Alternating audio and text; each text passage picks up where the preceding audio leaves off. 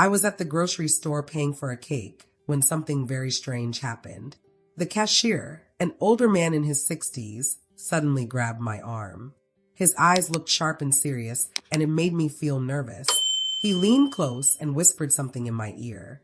His words shocked me so much that I froze. He said something about my son and his wife's family, something that made my heart drop. I couldn't believe what I had just heard. Then, as if nothing had happened, the man let go of my arm and kept scanning my groceries. My hand shook as I held the receipt. I slowly walked away, my mind spinning with his words. I didn't leave through the front doors of the store. Instead, I went out the back entrance, hoping for some fresh air. My heart was pounding so loudly I could hear it in my ears. Was what he told me true? Or had he made some kind of mistake? I needed time to think. I decided to hide behind some big trash dumpsters near the parking lot, where no one could see me. From there, I could watch everything that was happening. If what that man said was true, I would soon find out myself. My name is Alara Vance, and I'm 67 years old. I've worked hard all my life to keep my family together. Now I live alone in a small apartment, and my pension money barely covers my bills. Every month, I carefully count my dollars over and over again before I spend a single one. I always put other people's needs before my own. My only son, Gideon, got married 3 years ago to a woman named Bianca. At first, I thought she was just shy because she seemed distant. But as time passed, I started to notice odd things about her. Still, I never said anything because I didn't want to upset my son's marriage. Bianca's family was always nice to me.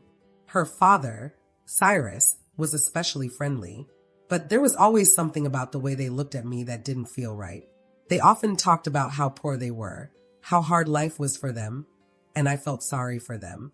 I always tried to help when I could. From my hiding place behind the dumpsters, I had a clear view of the store's main entrance. Gideon was waiting in the car for me, but I stayed there to see what would happen. The cashier's words kept replaying in my head like a song I couldn't stop hearing. Only 2 minutes passed before I saw something that made my heart race. Cyrus, Bianca's father, walked out of the store carrying heavy bags. But these weren't regular grocery bags. They were fancy black bags with shiny gold letters, the kind of store I couldn't even dream of shopping in. My heart beat faster as I watched him. Cyrus walked to a beautiful, shiny new car parked nearby. It wasn't the old, broken-down car they always complained about. This one sparkled in the sunlight, the paint flawless, and the tires brand new. Cyrus gently put the expensive bags in the car's trunk, treating them like treasure. Then he took out his phone and made a call. He looked calm and cheerful while talking, like he didn't have a single worry about money. At that moment, memories came rushing back. I thought about all the times Bianca had called Gideon asking for money. She always had a sad story. They couldn't pay the rent. Cyrus's health bills were too high. They didn't have enough food for the week. My sweet son always sent them money, even if it meant working longer hours. And I, with my tiny pension, had given them what I could. But now, seeing Cyrus with those expensive bags and that new car, none of their stories made sense. A cold, heavy feeling spread through my body.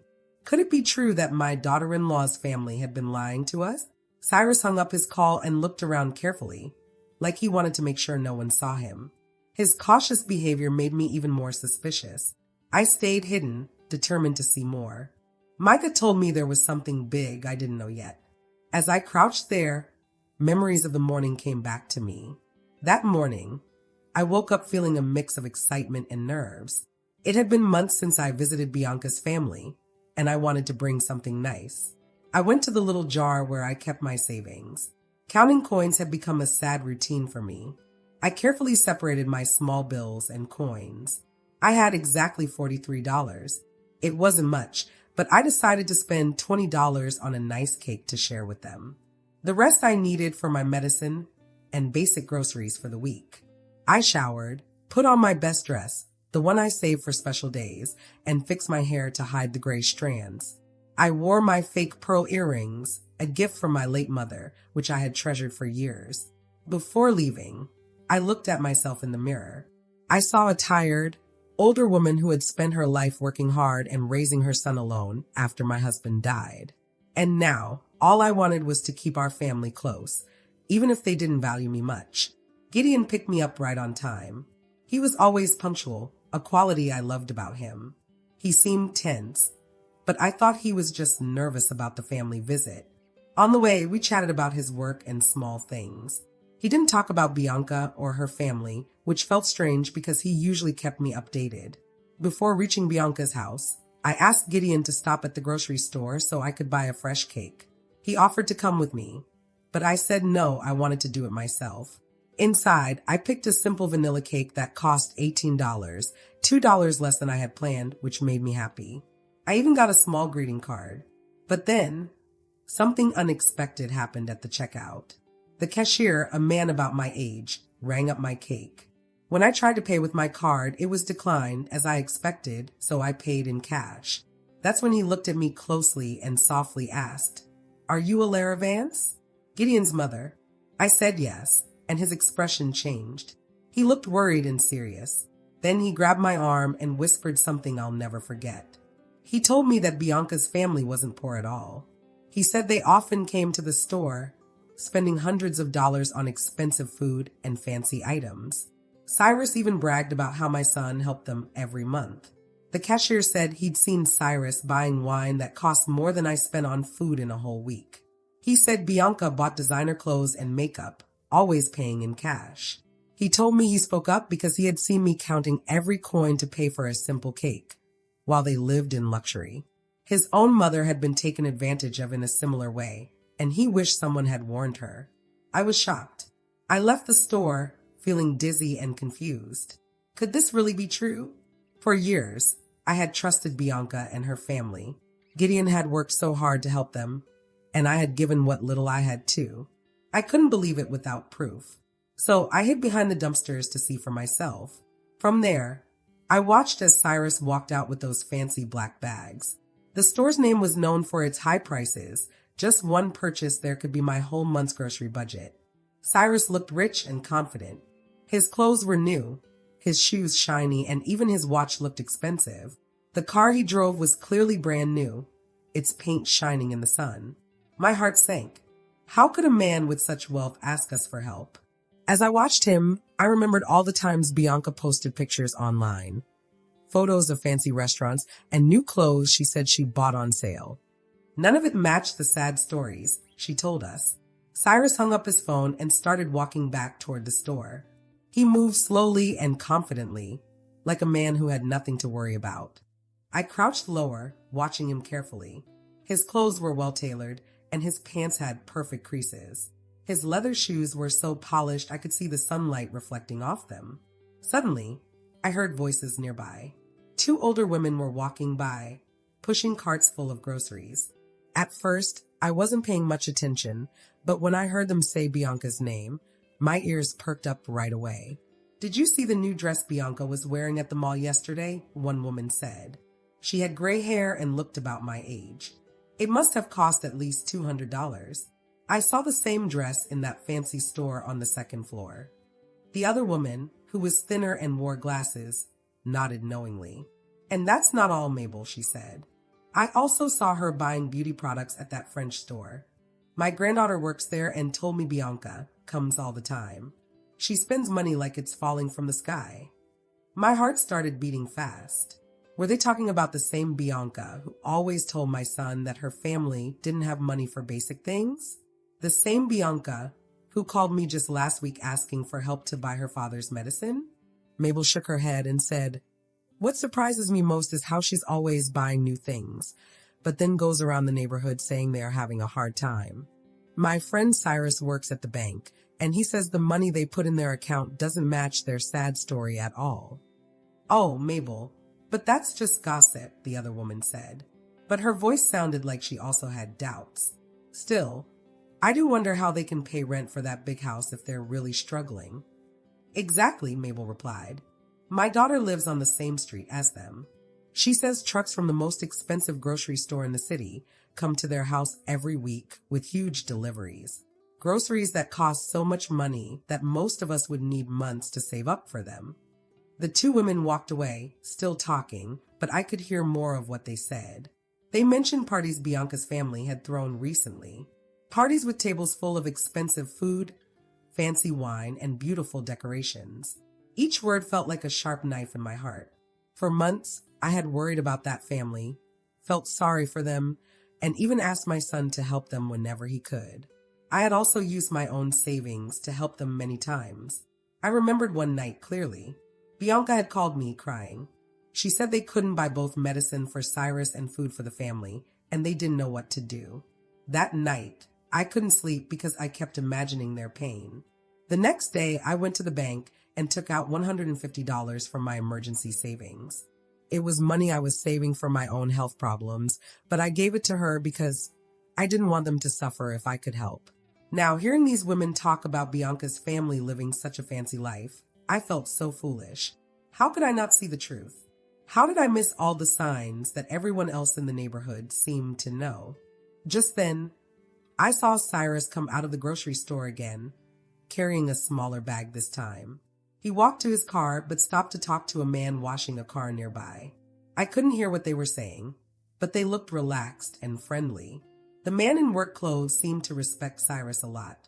The way he stood and talked showed that Cyrus was someone important in the neighborhood, someone who had money. After a few minutes, Cyrus reached into his pocket and handed the man some bills. He gave him money like it was nothing. If they're really so poor, I thought, how can he give away money so easily? At that moment, my phone buzzed. It was a message from my son, Gideon. He was still waiting for me in the car and wanted to know why I was taking so long at the store. I had forgotten all about him waiting outside. I quickly typed back that I was in a long line and would be out soon. It was a lie. Lying to my son hurt, but I needed time to think about everything I had seen and heard. Cyrus said goodbye to the man and got into his car. When he started the engine, it made a smooth, powerful sound. It was clearly a new and expensive car. He drove away calmly, like someone who had nothing to worry about, certainly not someone struggling for money. I stepped out from where I was hiding and started walking back to Gideon. I needed to act normal for now, even though my mind was spinning. I thought about all the strange things I had seen in the past few months. Things that made no sense back then, but now seemed like clues. When I reached the car, Gideon looked worried. "Mom, are you okay?" "You look pale," he said as I got in. "Was the line really long?"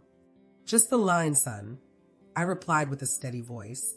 You know how grocery stores are on weekends. Inside, though, my heart was pounding so loudly I thought he might hear it. Gideon started driving, and we headed to Bianca's parents' house. I tried to chat like normal, but my brain was racing, trying to make sense of everything. "How's Cyrus's job been lately?" I asked casually. Bianca said things were hard for him the last time we talked. Gideon sighed. "Yeah, Mom. Bianca told me her dad had to cut back his hours because his company's having problems. That's why we've been helping them more these past few months." That didn't match what I had just seen. Cyrus looked relaxed, well-dressed, and wealthy, not like someone worried about fewer hours at work. "And how do you feel about that, son?" I asked gently. "You've been working a lot of extra hours yourself." "Well, Mom," Gideon said, his voice tired, "they're my family now. Bianca is my wife, and when you get married, you also take care of your in-laws. If they need help, it's my duty to be there for them." His words broke my heart. My kind, hard-working son was giving so much to a family that didn't seem honest. How much longer could this go on before it hurt his own future? We finally reached their neighborhood. It was a nice area with neat houses and pretty lawns, not the kind of place where poor families lived. Gideon parked the car, and I got my first good look at their house. It was 2 stories high, with a fresh coat of paint and a lovely front lawn. The curtains in the windows were new, and even the front door looked freshly painted. "The house looks really nice," I said carefully. "Didn't you tell me they couldn't pay for repairs?" "Oh yeah," Gideon replied as he parked. "Cyrus got some extra weekend jobs so he could fix the house. He's been working a lot to keep everything looking good." But that didn't add up either. If he was working extra jobs, how did he have time to shop at fancy stores? And where was all that money for luxury items coming from? We got out of the car. Gideon carried the groceries, and I held a cake I had baked. My hands were shaking a little. but I tried to look calm. Before we could ring the doorbell, the door opened. Bianca stood there, smiling brightly. I froze in shock. She looked completely different from the last time I'd seen her. She wore a beautiful dress made from fine fabric, the kind that was very expensive. Her shoes were new and shiny, and her handbag matched her outfit perfectly. But what shocked me most was her hair and makeup. She had a stylish haircut with highlights that sparkled in the sunlight, and her makeup looked like a professional had done it. She smelled a fancy perfume I had seen in stores before, the kind that cost as much as 2 weeks' worth of food. "Ilera, I'm so happy to see you," Bianca said, hugging me. "Hello, Bianca," I said, trying to hide my surprise. "You look amazing. That dress is beautiful." "This old thing," she laughed, sounding nervous. "I bought it on clearance months ago. You know me, I always look for bargains." Her answer reminded me of what the woman at the grocery store had said, that there was always an excuse for every expensive thing Bianca owned. How many great deals could one family possibly find? We walked inside, and I noticed even more strange things. The living room was completely different. There was a brand new leather sofa, a shiny glass coffee table, and fancy decorations everywhere. A huge flat-screen TV hung on the wall, one that cost thousands of dollars. "Dad, look who's here," Bianca called toward the kitchen. Cyrus appeared, wiping his hands with a towel. When he saw me, his face changed for just a second, but then he smiled. "Ilera, great to see you," he said warmly. "We hope you're hungry." Bianca made a wonderful meal for us. It was the same Cyrus I had seen at the store just an hour ago. But now he was pretending like he hadn't left the house all day. He even had an apron on, like he'd been cooking. "I brought a cake to share," I said, handing him the box. "How sweet of you," Bianca exclaimed. "But you didn't have to bring anything. You're always welcome here." I glanced over her shoulder into the kitchen. My mouth fell open. The counters were full of expensive-looking meat, fresh vegetables I'd never even seen before, and bottles of imported spices. There was enough food to feed a family for days, and it was all high quality. "Did you make all this yourselves?" I asked, shocked by the amount of food. "Well, we wanted to do something special since you were coming," Cyrus said with a smile. "You don't visit often, and we found some of the ingredients on sale, so we stocked up." I smiled politely, but inside I knew this wasn't just from sales. Something was very wrong. The amazing sales stories were starting to sound strange to me. I began to wonder if this family was really good at finding cheap deals, or if they were just making up excuses to explain where all their money came from. Gideon didn't seem to notice anything. He was happily talking to Bianca about his job and his plans for the next week.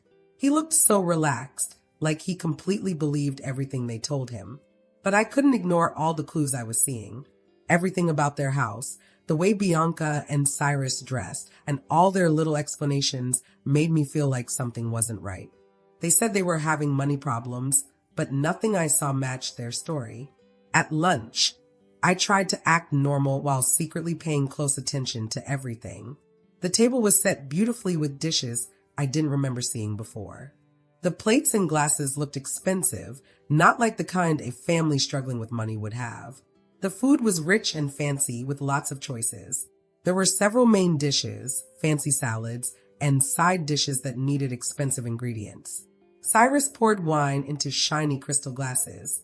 I recognized that wine from the store. It cost more than $50 a bottle. "This wine tastes really good," I said, pretending to just make conversation. "Is it a special kind?" "Oh, this one," Cyrus said proudly. "A friend of mine works in imports. He gave it to me for a special price. We can't normally buy wines like this, but when a deal comes along, you have to take it." There was always a friend or an amazing deal that explained everything. I was starting to wonder how one family could have so many generous friends and special offers. As we ate, Bianca mentioned some plans they had for next month. She talked about a big family celebration they were planning. She said it would have lots of decorations, food, and entertainment. "That sounds expensive," I said without thinking. "Expensive." Bianca laughed. "We've been saving for months. Plus, Cyrus got an extra job to help pay for it." But I remembered what I saw at the grocery store earlier. Cyrus was buying expensive things like he had no worries and he was driving a new car. What kind of extra job did you get, Cyrus? I asked carefully. For a moment, Cyrus looked surprised, but then he quickly smiled. Weekend consulting, he said vaguely. Nothing special, but it helps with the bills. His answer was so general that it could mean anything or nothing. A person who really had that kind of job would probably talk about it more. During lunch, I also noticed that Bianca's phone kept buzzing. Every time she checked it, she smiled in a way that looked secret. Once, when she thought no one was looking, she quickly typed a message, looking very happy. Everything okay on your phone? I asked casually. Oh, just friends planning a get-together for next week, she said quickly, putting her phone down. You know how women are, we're always planning something. But her expression told me there was more to it than that. After lunch, Cyrus offered to show me some of the changes they'd made to their house. We walked through different rooms, and I noticed all kinds of new things. The floors were polished, the walls had fresh paint, and there was new furniture. In their bedroom, I saw shopping bags from fancy stores, some still with the price tags on them. The numbers I saw were very high. Did Bianca go shopping recently? I asked, pointing to the bags. Oh, those? Cyrus said with a nervous laugh. She found some amazing clearance sales this week. Sometimes it's better to buy things while they're cheap, even if you don't need them yet. That didn't make sense. A family with no money wouldn't be buying things they didn't need right away, no matter how cheap they were. As we went back to the living room, my phone buzzed. It was a message from a number I didn't know. When I opened it, I saw a picture of a grocery receipt. The message was from the cashier at the store. Somehow, he had gotten my number. The picture showed a receipt from 2 days ago. The total was over $400. It listed expensive things, imported meat, seafood, fancy cheeses, wine, and other pricey items. The name on the receipt was clearly Cyrus Williams. The message said, Mrs. Vance, I'm sorry to bother you, but I thought you should see this. This receipt is from 2 days ago. Your family deserves to know the truth. My heart pounded. This was proof, clear proof, that Cyrus had spent hundreds of dollars on luxury items just 2 days ago. I quickly put my phone away so no one would see my shocked face. We went back to where Gideon and Bianca were sitting. Gideon was laughing and having a great time, completely unaware that his in-laws were lying to him. Are you okay, Mom? Gideon asked, noticing my pale face. I'm just a little tired, I lied. I'm not used to going out this much. Bianca quickly offered to make me tea or bring me something to help. She seemed so caring, but I was starting to see her true side. For the next hour, I kept watching everything and adding up the evidence in my mind. Bianca's expensive clothes, Cyrus's new car, their beautiful, well-kept house, the fancy food, the expensive wine, the shopping bags in their room, the $400 receipt. It all told the same story. This family wasn't struggling at all. And it wasn't just today. This had probably been happening for months, maybe even years. How much money had Gideon given them? How many sacrifices had he made? And how many times had I helped them, thinking they truly needed it? By the time we left the house, I had made up my mind. I had to tell Gideon the truth, even though it would hurt him. He deserved to know. On the way home, Gideon talked about how nice the visit was. Bianca's family looks so well, he said with a smile. Yes, they do, I said carefully. Maybe too well for a family that's supposed to be struggling. The ride home was one of the hardest of my life. Every mile took me farther from their house, but closer to a painful decision that would change everything. My thoughts swirled in my head like a storm. Gideon was driving happily, whistling softly, believing everything was fine. He had no idea that I had just uncovered a web of lies. Mom, he said as we stopped at a traffic light, I'm so glad you get along with Bianca's family. I know you had doubts about our marriage at first, but now you see what good people they are. His words broke my heart. My son trusted them completely. He didn't see that they were probably professional liars. Gideon, I said carefully, have you ever noticed anything strange about Bianca's stories about their money problems? What do you mean, Mom? Strange how? Well, I said gently, I noticed they have lots of new things, the TV, the furniture, Bianca's clothes. All that costs a lot of money. Gideon sighed. Mom, I told you Cyrus has extra jobs. And Bianca is amazing at finding deals. Not everything that looks new is expensive. But don't you think it's strange? I asked softly. They need constant help, yet they have so many nice things. They're not luxuries, Gideon said, his voice sharper now. They've worked hard. They bought the TV secondhand. The furniture was a one-time bargain. Bianca's clothes were clearance items. He was repeating the same excuses I'd heard earlier, like he'd been trained to. I tried a different approach. Son, have you ever seen receipts for these great deals? Or gone shopping with Bianca when she found them? Gideon's hands tightened on the wheel. Mom, why all the questions? Bianca is my wife. I trust her. Marriage is built on trust. That confirmed my fear. Gideon had no proof of these bargains or Cyrus's extra jobs. He just believed everything because he loved them. Of course, son, I said softly. Trust is important, but it's also important to protect yourself from people who might take advantage of that trust. Are you saying Bianca and her family are lying to me? He asked angrily. That's a serious accusation, Mom. I'm not accusing anyone, I said quickly. I'm just worried about you. I love you and want to see you happy. The rest of the ride was quiet and tense. Gideon was clearly upset. I could see that my words felt like an attack on Bianca. When we got to my apartment, Gideon helped me out of the car but hugged me stiffly. Mom, please give Bianca's family a chance. They're good people trying their best. I'll keep that in mind, I said, though I didn't mean it. That night, I sat alone in my favorite chair with a cup of tea. I thought about everything I'd seen. The house, the food, the wine, the shopping bags, and the $400 receipt. I had so much proof, but Gideon was completely convinced they were struggling. He thought he was helping them. He thought they were victims. He didn't see that they were tricking him. Anytime I tried to talk to Gideon about this, he would get upset and defend Bianca. So, I decided not to say anything yet.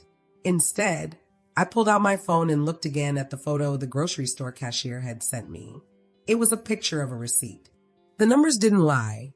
Over $400 spent on fancy and expensive food just 2 days before we visited them. That was more money than I spent on food for an entire month. As I stared at that picture, I remembered all the times Gideon had come home tired and stressed because he worked extra hours to send money to Bianca's family. I also remembered times when I gave them some of my own savings, feeling sorry for them because I believed they were struggling and poor. The anger I had been holding back all day finally started to grow inside me. It wasn't only about the money, even though that was a lot. It was about the way they lied to us, the way they took advantage of Gideon's kindness, and how they built a big web of lies to take our money and live a fancy life. It also hurt me to think that maybe they laughed at us behind our backs. Every time we sent money, every time we worried about them, every time we made sacrifices for them, they probably thought we were silly and easy to trick. But what really hurt me was not knowing what to do now. I had the receipt. I had seen things with my own eyes. I had noticed the lies. But I also had a son who loved his wife so much that he would not believe anything bad about her without strong proof. If I told him too soon, he might get angry at me instead and trust Bianca even more. But if I stayed quiet, she would keep tricking him, and it could get worse. I decided I needed more proof. Proof so clear that Gideon couldn't deny it or make excuses for Bianca. I needed evidence that no story about special deals or extra jobs could explain away. That night, before I went to bed, I made a big decision. I wouldn't confront Gideon yet. Instead, I would start my own secret investigation to collect proof. Proof so strong that no one could deny it. The next few days were the hardest I'd had in years. Every time I saw Gideon, I had to act normal, even though my mind was full of plans and worries about what I had discovered. I couldn't tell anyone what I knew, and keeping the secret felt like carrying a heavy load on my back. That week, the grocery store cashier sent me 3 more messages. Each one had pictures of more receipts. Every receipt showed Bianca and her family buying expensive things: wine, seafood, chocolates, and fancy cheeses. One picture showed a receipt for more than $600, including 2 bottles of French champagne that cost over $100 each. The date on that receipt was the same day Bianca had called Gideon, crying and saying she needed money to pay their rent. Later, a woman named Mabel called me. I had overheard her talking in the store before, and she got my number from a mutual friend. She told me even more shocking things. Bianca's family had been throwing big, fancy parties at their house. Parties with professional catering and expensive decorations.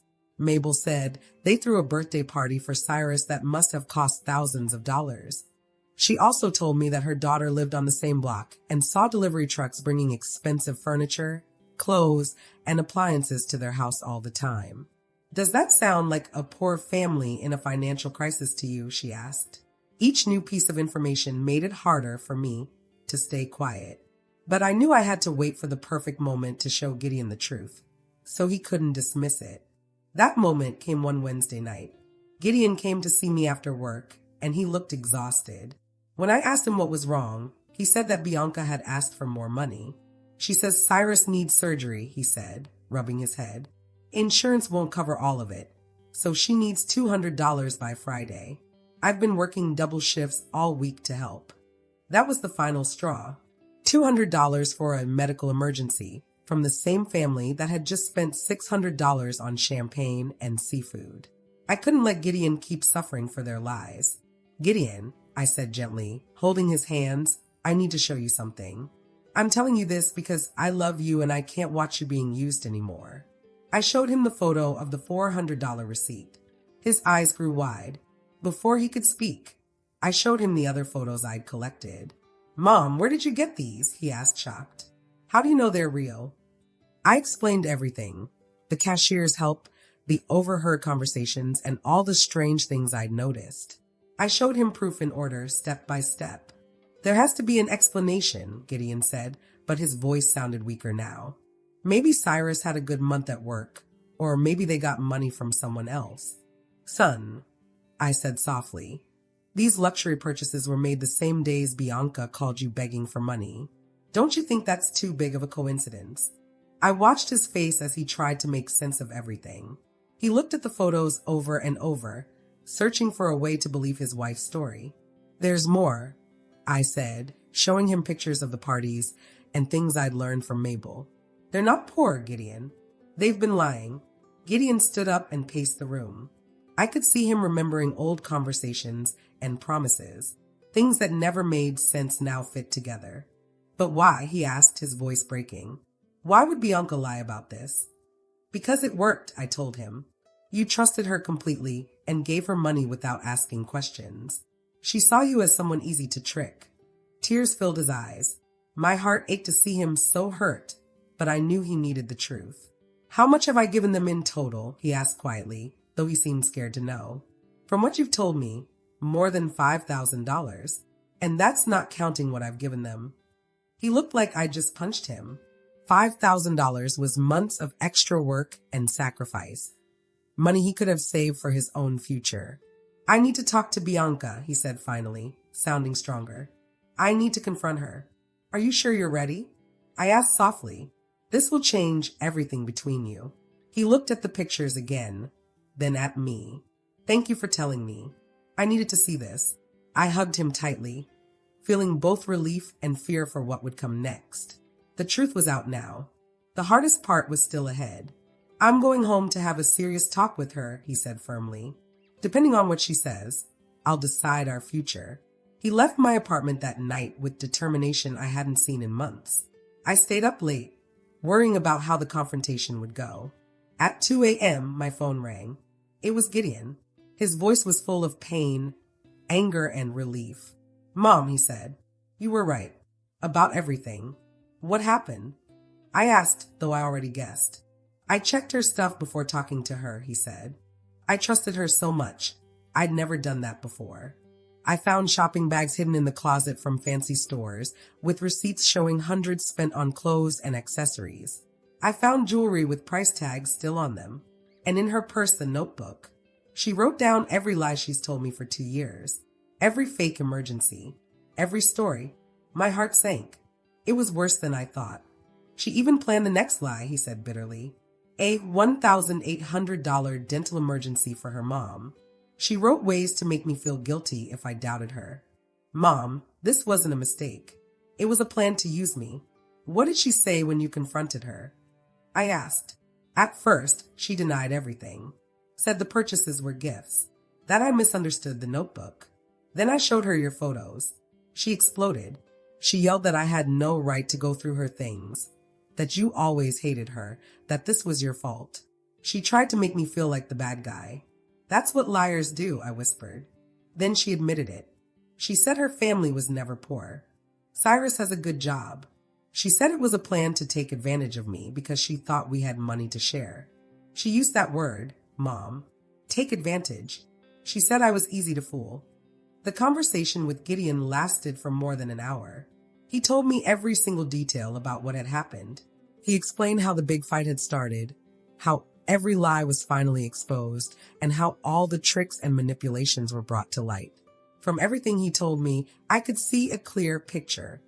Bianca's family had turned lying into a normal part of their lives. They were so used to cheating people that they didn't even feel bad about it anymore. I also remembered that I had called Cyrus during the fight. I had wanted to hear his side of the story. At first, Cyrus tried to keep lying, saying the same fake story as before. But when I told him I already knew the truth, he finally admitted everything too. And what did Cyrus say? He said something that shocked me. He said they had chosen Gideon as a husband for Bianca because he had a good, steady job and because his family could help them with money. He even said it was never personal, that it was just business, as if that made it okay. His cold words left me speechless. Not only had they lied to my son, but they had seen him as nothing more than a way to get money. They didn't care about his feelings or his dreams. And what did Bianca say when her father admitted everything? I asked Gideon. That was the worst part, Gideon replied with a bitter laugh. She wasn't angry because she had hurt me. She was angry because her dad ruined her plan.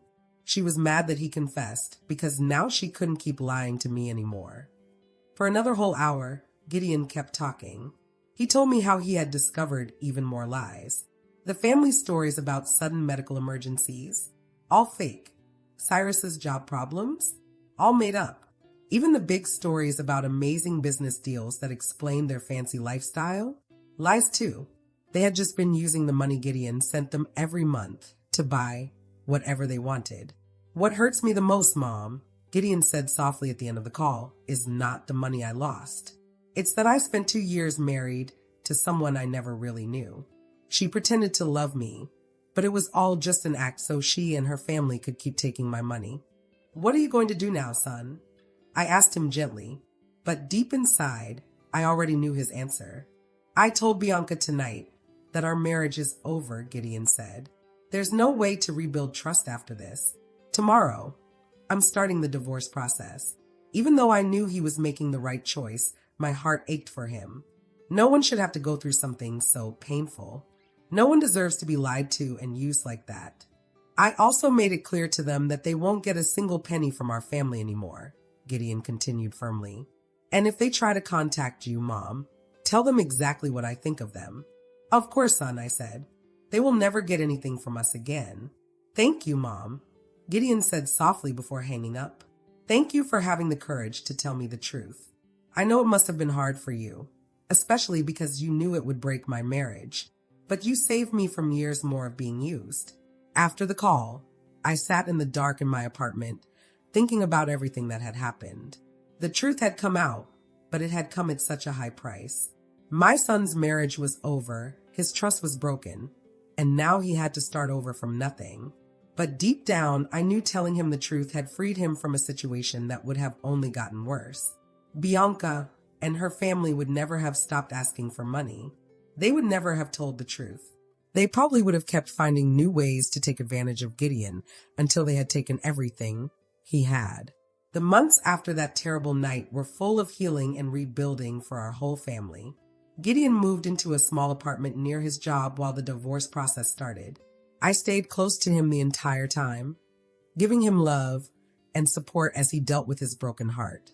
When the lawyers got involved, even more shocking truths came out. Gideon's lawyer found proof that Bianca had been secretly hiding money and valuables. She had opened a secret bank account where she saved some of the money Gideon sent her. She also bought expensive things and hid them, pretending they were poor and needed help. Mom, Gideon told me one day during one of our weekly meals, the lawyer says I sent them more than $15,000 over 2 years. $15,000. I gasped. That's money I could have used to buy a house or invest in my future, he said sadly. I could have helped you too when you needed it. Hearing that number made me so sad. That was 2 years of my son's hard-earned money, wasted on greedy people who only saw him as a bank. But at the same time, I felt proud of Gideon. Even though he was deeply hurt, I could see him growing stronger and wiser through this experience. During this time, Cyrus and Bianca tried several times to contact me. Cyrus even called me, begging me to convince Gideon to forgive them. He promised they would return the money and never ask for help again. His voice sounded desperate, but I could tell it was just another manipulation. Cyrus, I told him calmly during our final conversation, you had 2 years to be honest. You chose to lie, cheat, and trick my son. Now you must live with the consequences. Bianca also tried one last time. She showed up at my apartment one afternoon, dressed in plain clothes and no makeup, trying to look sad and innocent. Ilara, she said with fake tears in her eyes, I know we made mistakes, but I really loved Gideon. Things got out of control, but I never meant to hurt him. Bianca, I said, staying calm. Real love doesn't involve lying and manipulating someone over and over. What you did wasn't love. It was using him. She kept trying to change my mind, pretending to be a poor victim, then a desperate wife, and finally a daughter-in-law who just wanted family peace. But I wasn't fooled. The money you took from Gideon wasn't just money, I told her firmly. It was his trust, his future, and his faith in the people he loved. That can't be fixed with fake apologies. After an hour of her failed attempts, Bianca's mask finally dropped. She glared at me coldly. I always knew you were the problem, she hissed. If you hadn't interfered, Gideon would have been happy. Maybe, I said calmly, but he would have been happy while being lied to and used. I'd rather see him sad for a while and free than happy and trapped in your lies. After that, I never heard from her or her family again. My friend Mabel told me they moved away a few weeks later, probably because everyone in the neighborhood now knew the truth. Gideon's recovery was slow but steady. At first, he blamed himself for being so trusting. But over time, he realized that his kindness and generosity were not weaknesses. They were beautiful qualities that had been abused by bad people. Mom, he told me one night over dinner, I've learned something important. Being generous is good, but it needs wisdom. And trust is something people have to earn, not something you give blindly. With no more money being sent to Bianca's family, Gideon finally started building his life again. He opened a savings account, invested in his future, and allowed himself to enjoy little treats without guilt. He also helped me. He bought me new appliances and started visiting me often with delicious meals. It's funny, he said one evening as we ate together. All that time, I was giving money to people who didn't need it, while you, Mom, who could have used some help, never asked for a thing. His words touched my heart deeply. For years, I had kept quiet about my struggles because I didn't want to add to his burdens. 6 months after the divorce, Gideon found peace and balance again. He was cautious but not bitter, smarter but still kind. Mom, he told me one day as we walked in the park, thank you again for telling me the truth. I know it was hard for you. Son, I said softly, a mother's job is to protect her child even if it hurts. Loving you means making sure the people you love deserve you. Even Eli, the kind grocery store cashier who first warned me, became a friend. He visited me one day and we talked for hours about why telling the truth is so important. My mother went through something like this, Warren said. No one warned her and she lost everything. That's why I told you. Some truths hurt, but silence hurts more. Looking back now, I feel both pain and pride. Pain for what my son went through, but pride for his courage to face it all and rebuild his life. I learned that real family love sometimes means saying hard truths, even when it hurts. That day in the grocery store, when I decided to pay attention instead of ignoring what I heard, I changed our lives forever. It was one of the hardest choices I've ever made, but also one of the best. Now, Gideon is stronger and wiser. He knows his worth and sets healthy boundaries. And I, Ilara Vance, at 69 years old, Learn it's never too late to be brave and protect the ones we love. 2 years have passed since that day. I'm sitting in my favorite chair, sipping tea, thinking about everything. Gideon is happily remarried now. His new wife, Juliet, is kind, hardworking, and honest. She respects our relationship and never tries to interfere. The first time she came over, she brought ingredients for dinner. Ilera, she told me while chopping vegetables, I will never ask you or Gideon for money. I believe in working for what I need and being honest. Her words brought tears to my eyes. I realized then just how much Bianca's betrayal had scarred me. For months after the divorce, I kept doubting every new person we met, always searching for lies. Healing was slow for both of us. Gideon went through times of deep sadness, questioning his own judgment. But step by step, he found peace again. There were many nights when Gideon would call me. His voice always sounded tired and sad. Mom, he would say late at night, how can I ever trust anyone again? How can I know if someone truly loves me, or if they just want to use me? Hearing him say those words made my heart hurt. I could see how Bianca's betrayal had not only taken a lot of his money, but had also broken his trust in people. Still, I was proud of him because I saw him trying to rebuild himself. He was becoming wiser and stronger. During the first year after his divorce, Gideon created what he called his verification system. This was his way of making sure no one could trick him again. Before helping anyone with money, he would ask for proof. He wanted to see documents, talk to more than one person, and take his time to check if their stories made sense. At first, I thought he was being too suspicious, but as time went on, I realized he wasn't being mean or cold. He was learning to protect himself. Gideon still had a good heart. He just stopped giving money without thinking. Now he only gave after he carefully checked everything. This saved him one day when a coworker asked him for money. The coworker said he had a family emergency and needed help. Old Gideon would have sent the money right away. But this time he asked for medical papers and even called the hospital the coworker mentioned. He found out the man was lying. He didn't need money for his family. He wanted it for gambling. Later, Gideon told me, Mom, 2 years ago, I would have given him the money without even asking a question. Now I know that checking things is not being mean. It's a way of keeping myself safe from people who want to take advantage of kindness. As for me, I also had a lot of feelings to deal with. For months, I felt guilty for not speaking up sooner about Bianca. I kept wondering how much money we could have saved if I had acted earlier. But as time passed, I realized I did the right thing. I waited until I had enough proof so no one could doubt what I said. The kind cashier at the grocery store, the one who first told me something was wrong, became a close family friend. He and his wife, Florence, visit us often. We built a friendship based on honesty and kindness. One day, Eli, the cashier, said to me, Ilera, what I admire most is how you handled this. Many people would have screamed, made a big scene, or tried to get revenge. But you just told the truth and let it speak for itself. His words made me think a lot. I realized that staying calm and having dignity is more powerful than yelling or seeking revenge. I didn't want to hurt Bianca or her family. I only wanted to stop them from hurting us. Mabel, our neighbor, also helped me. She had given me extra information about Bianca's family, and she became a close friend. She told me, my son-in-law works in social services. He says family scams like this happen a lot. Some people make a living out of tricking kind relatives. Hearing this made me understand something important. We weren't stupid or naive.